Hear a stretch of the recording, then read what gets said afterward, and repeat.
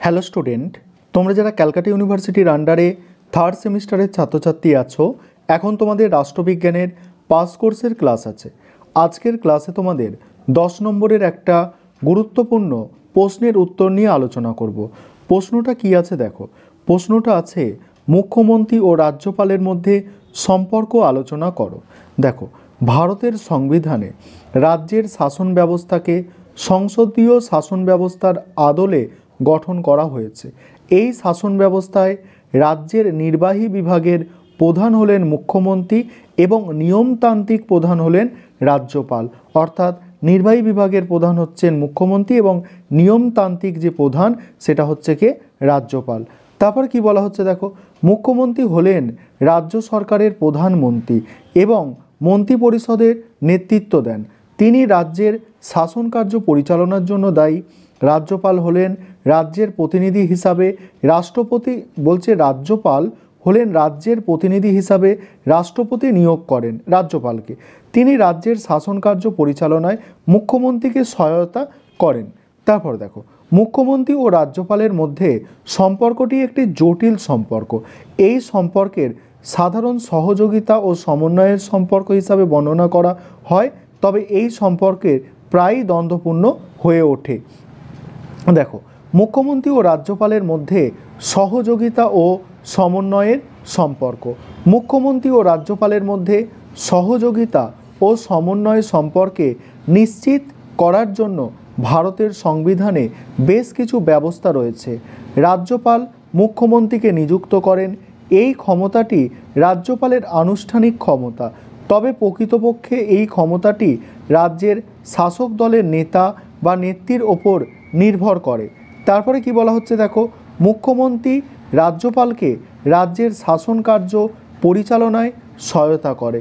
মুখ্যমন্ত্রী রাজ্যপালকে মন্ত্রিসভায় বিবেচনার জন্য আইনের প্রস্তাব পেশ করেন, বিচার বিভাগীয় পদে নিয়োগের জন্য প্রস্তাব পেশ করেন এবং রাজ্যের প্রশাসনিক কাজকর্মের খবর রাখেন। তারপরে কি বলা হচ্ছে দেখো, রাজ্যপাল মুখ্যমন্ত্রীর কাছে মন্ত্রিসভায় বিবেচনার জন্য আইনের প্রস্তাব পেশ করতে পারেন। রাজ্যপাল কি মুখ্যমন্ত্রীর কাছে মন্ত্রিসভায় বিবেচনার জন্য আইনের প্রস্তাব পেশ করতে পারেন। এই ক্ষমতাটি রাজ্যপালের আনুষ্ঠানিক ক্ষমতা, তবে এই ক্ষমতাটি ব্যবহারের ক্ষেত্রে রাজ্যপালকে মুখ্যমন্ত্রীর সাথে আলোচনা করতে হয়। তারপরে কি বলা হচ্ছে দেখো, রাজ্যপাল মুখ্যমন্ত্রীর কাছে বিচার বিভাগীয় পদে নিয়োগের জন্য প্রস্তাব পেশ করতে পারেন। এই ক্ষমতাটিও রাজ্যপালের আনুষ্ঠানিক ক্ষমতা, তবে এই ক্ষমতাটির ব্যবহারের ক্ষেত্রেও রাজ্যপালকে মুখ্যমন্ত্রীর সাথে আলোচনা করতে হয়। এই ব্যবস্থাগুলির মাধ্যমে মুখ্যমন্ত্রী ও রাজ্যপালের মধ্যে সুসম্পর্ক বজায় রাখার চেষ্টা করা হয়। তারপরের পয়েন্ট হচ্ছে, মুখ্যমন্ত্রী ও রাজ্যপালের মধ্যে দ্বন্দ্বপূর্ণ সম্পর্ক। সেখানে কি বলা হচ্ছে দেখো, মুখ্যমন্ত্রী ও রাজ্যপালের মধ্যে দ্বন্দ্বপূর্ণ সম্পর্ক বেশ কয়েকটি কারণে হতে পারে। এক হচ্ছে রাজনৈতিক মতপার্থক্য। সেখানে কি বলা হচ্ছে, রাজ্যের শাসক দল ও বিরোধী দলের মধ্যে রাজনৈতিক মতপার্থক্য মুখ্যমন্ত্রী ও রাজ্যপালের মধ্যে দ্বন্দ্বের কারণ হতে পারে।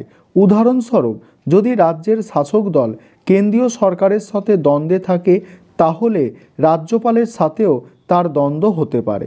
তারপরে বলা হচ্ছে দেখো, ব্যক্তিগত মতপার্থক্য।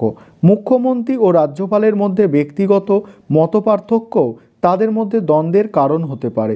উদাহরণস্বরূপ, যদি মুখ্যমন্ত্রী ও রাজ্যপালের মধ্যে ব্যক্তিগত শত্রুতা থাকে, তাহলে তাদের মধ্যে দ্বন্দ্ব হতে পারে। তারপর দেখো, সংবিধান ব্যাখ্যা। মুখ্যমন্ত্রী ও রাজ্যপালের মধ্যে সংবিধান ব্যাখ্যা নিয়ে দ্বন্দ্ব হতে পারে। উদাহরণস্বরূপ, যদি মুখ্যমন্ত্রী ও রাজ্যপালের মধ্যে কোনো আইনের ব্যাখ্যা নিয়ে দ্বন্দ্ব হয়, তাহলে তাদের মধ্যে এই দ্বন্দ্ব হতে পারে। এই দ্বন্দ্বগুলি রাজ্যের শাসন ব্যবস্থার জন্য ক্ষতিকর হতে পারে।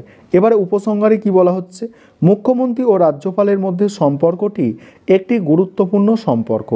এই সম্পর্কটি সুসম্পর্ক হলে রাজ্যের শাসন ব্যবস্থা সুষ্ঠুভাবে পরিচালিত হবে, তবে এই সম্পর্কটি দ্বন্দ্বপূর্ণ হলে রাজ্যের শাসন ব্যবস্থার জন্য ক্ষতিকর হতে পারে।